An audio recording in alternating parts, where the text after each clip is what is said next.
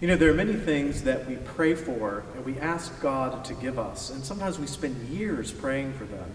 And then when we see them happen, it's a source of great joy, and we want to somehow show God how much we love him for answering that prayer.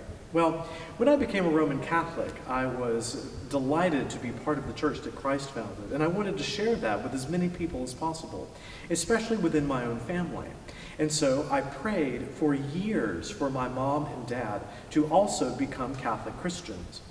Now, even before I was a priest, I went on a pilgrimage to Lourdes in France to pray that the Blessed Virgin would ask her son for the grace of my mom becoming a Catholic. And in an almost miraculous way, she became a Catholic before she died.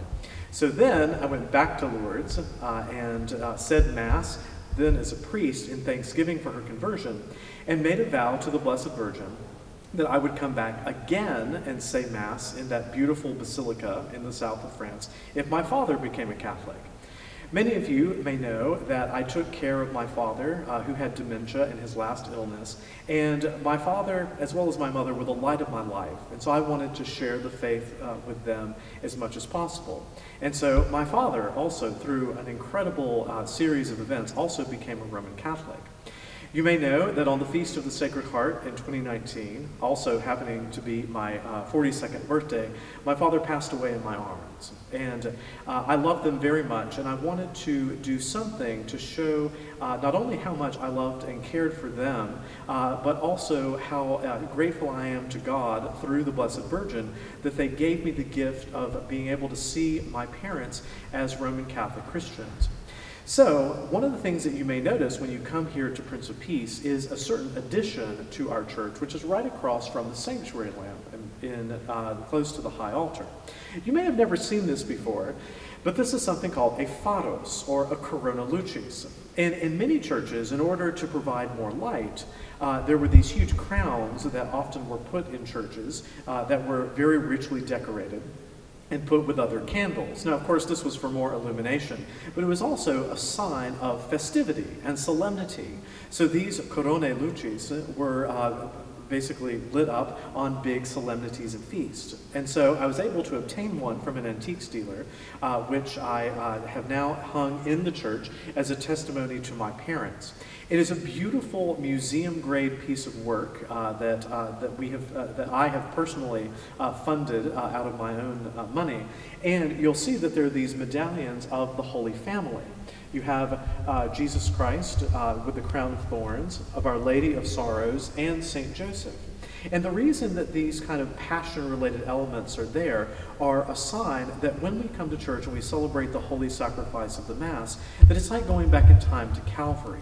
And so our Lord, who was sacrificed for us, is precisely the light of the world. So I'm going to bless this Corona Lucis today, and also two other things that you'll see in the church when you come. A couple of years ago, I made a vow to the Blessed Virgin that if she answered a very particular prayer I had, that I would hang 2 blue lamps at her altar in our church. Well, she didn't actually answer that prayer, but sometimes we have to realize that unanswered prayers are actually good things sometimes.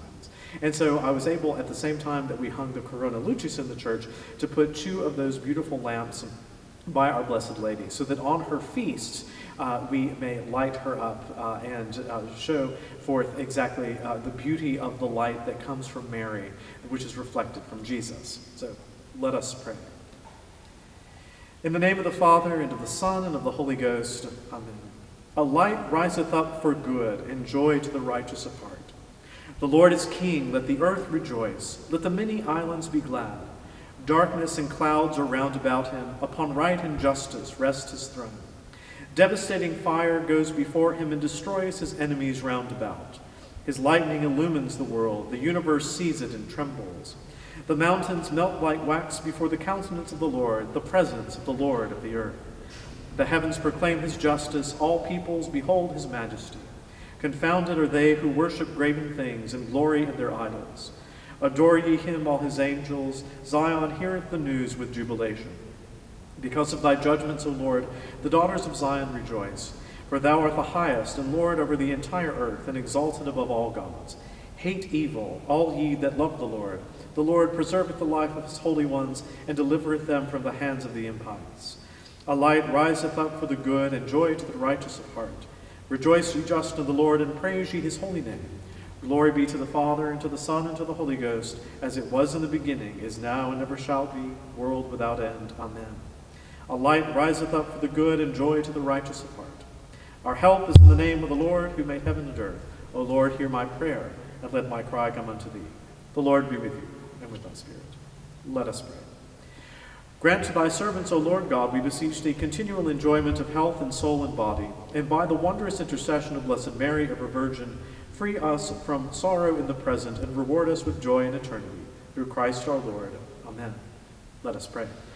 O Lord God Almighty, creator of all light, bless this corona lucis and these lamps built for the purpose of generating light, and grant that after the darkness of this life we may attain unto thee, who art unfailing light. We ask this through Christ our Lord.